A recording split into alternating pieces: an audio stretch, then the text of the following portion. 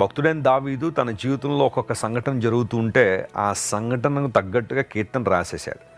అందును బట్టి ఈ రోజున కీర్తనలు మనందరినీ ప్రభావితం చేస్తున్నాయి, బలపరుస్తున్నాయి, అనుభవాల్లోంచి రాయబడ్డాయి కనుక. ప్రతి కీర్తనకు ఒక చారిత్రక నేపథ్యం ఉందని మనం వింటున్నాం కదా. ఈ కీర్తన అంటే ప్రాముఖ్యంగా 59వ కీర్తన మనం చదువుతూ ఉంటే పాత నిబంధనలోని దావీదు జీవిత అనుభవాల్లోంచి ఒక అనుభవాన్ని మనం తీసుకోవచ్చు. సమూయేలు మొదటి గ్రంథం 19వ అధ్యాయంలో దావీదు ఎదుర్కొన్న అనుభవాన్ని బట్టి ఈ కీర్తన రాసుకుంటూ వచ్చాడు. నన్ను పొంచి ఉన్నవారు అనే మాట వాడాడు కదా. దాని అర్థం ఏంటి అంటే దావీదు సౌలు చేత తరమబడుతూ ఉన్నాడు.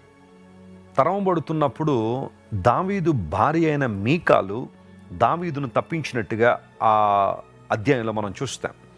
మీరు సమూయేలు మొదటి గ్రంథం 19వ అధ్యాయం 11 మరియు 12 వచనాలు చదివితే సౌలు కొంతమంది దూతలను పంపిస్తాడు దావీదును పట్టుకోవాలని.